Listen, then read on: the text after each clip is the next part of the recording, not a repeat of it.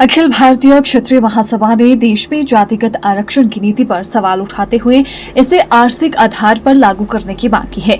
महासभा के राष्ट्रीय अध्यक्ष महेंद्र तंवर ने शिमला में पत्रकार वार्ता के दौरान कहा कि आज जरूरत इस बात की है कि समाज में समरसता लाई जाए, जो केवल आर्थिक रूप से कमजोर सभी वर्गों को समान अवसर देने से ही संभव है।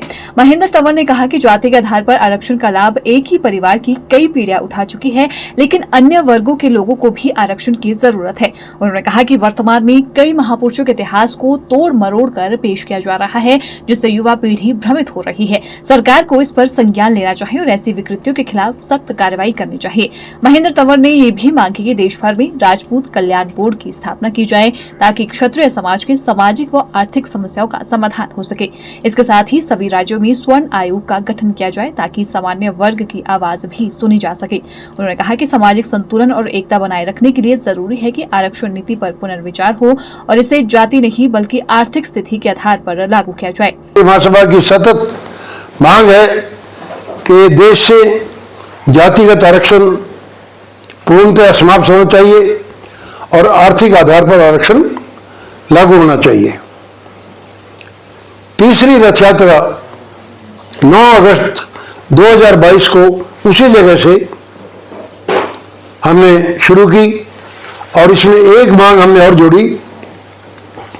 आर्थिक आधार पर आरक्षण की मांग के साथ जो दूसरी बड़ी मांग हमारी थी, सामाजिक समरसता। क्योंकि आज हम सभी देखेंगे पूरे देश में जो माहौल है, जाति के नाम पे, धर्म के नाम पे, मजहब के नाम पे, इलाके के नाम पे, न जाने किसकी चीज के आधार पर देश जो है अनेक टुकड़ों में जो है उसका एक किस्म से बंटवारा हम देखने को हमें मिल रहा है, जो कि एक बहुत दुर्भाग्य की बात है। इसलिए हमने तीसरी रथ यात्रा में आर्थिक आधार पर आरक्षण की मांग के साथ साथ सामाजिक समरसता की मांग भी हमने की है और इसको लेकर पूरे देश में हमने इस हेतु एक जन आंदोलन जो है वो लगातार हमारा सतत जारी है।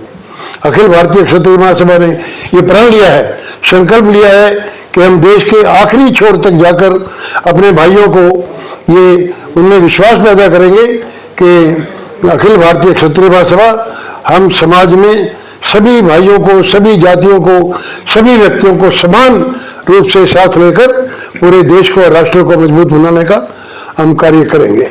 कि किसी भी महान पुरुष का इतिहास, चाहे कोई क्षत्रिय जाति का महान पुरुष है कि या किसी और जाति का महान पुरुष है, या हमारे अपने समाज का इतिहास, हमारे राष्ट्र का इतिहास जो है, उसको गलत तरीके से उसको पेश ना किया जाए।